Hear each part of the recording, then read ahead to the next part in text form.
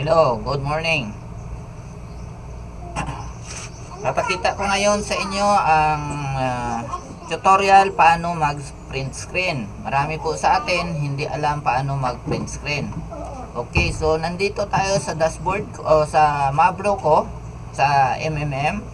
So nakikita nyo itong Mavro ko. So kung gusto nyo ito i-post or gusto nyo i-post sa inyong Facebook wall, paano nyo makaka-capture itong naka-display sa ating monitor, di ba? So yun ang karamihan ng mga problema, paano daw mag-print screen. So nandito. So kung ano yung naka-display dito sa ating monitor, yun ang makaka-capture natin pag nag-print screen tayo. So dyan sa inyong mga keyboard, hanapin nyo yung button na print screen. Okay. So, pag nandyan na yan, kung anong naka-display, kung ano yung gusto mong i-display, yan, halimbawa ito, yung mga bonus ko. Okay.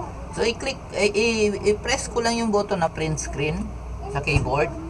Then, ang next na gagawin mo is, click mo yung start. Then, i-type mo lang sa search yung paint para lalabas yung paint na program. So, ito yon yung paint. Okay. So, pag nag-open na yung paint, click mo lang yung paste. So, nandyan na. Na-capture na yung ating screen. No? Doon sa ating Mavro. So, i-save na ninyo yan. File. Save as. O, PNG or JPEG. So, PNG yung gamit ko. My Mavro. Okay. So, lagyan nyo lang ng file name. Oh. So, isi-save ko siya under sa pictures.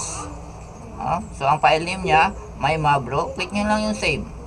So, yan, na-save na. So, pwede mo na yung i-post sa wall mo. Okay? So, I hope malinaw ang tutorial paano mag-print screen. Kita-kits sa susunod na tutorials. Thank you.